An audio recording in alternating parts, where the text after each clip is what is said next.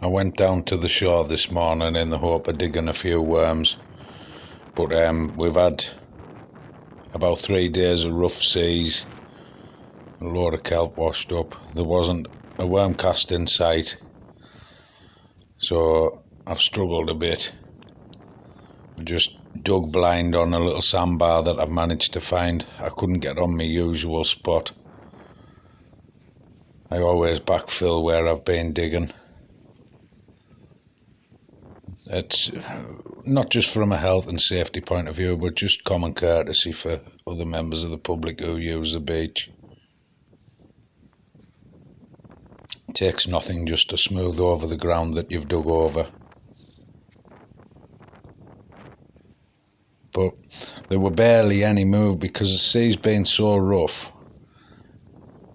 The difference between low tide and high tide is very, very little.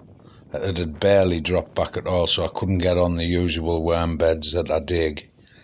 So I've just found a little sandbar, not a single worm cast on it, but I just decided to have a dig anyway, and I'm getting a handful of worms. I'll jump on a ferry tomorrow over to Shetland mainland, because I know of a little area there where the tide drops back a bit more, and hopefully get a bucket of worms tomorrow. There's a ton of kelp being washed up.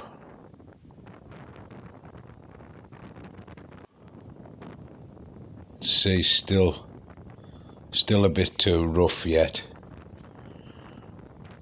but if over the next couple of days I can get plenty of bait collected, once we get to about midweek when things have settled down a bit, I should get out and hopefully fish a couple of different marks that I've got my eye on.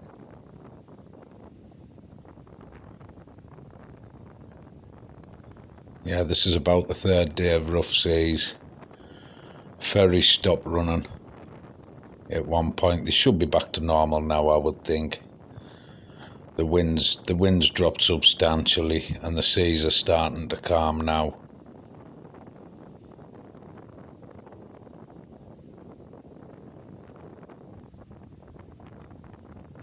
That's, like I've said previously, that's the trouble with living on an island. There's nowhere where you can just nip to buy bait. You've either got to make the effort to get out and get it yourself or don't fish. Right, this part of the video here, this is where I would normally dig me worms from this little sea lock.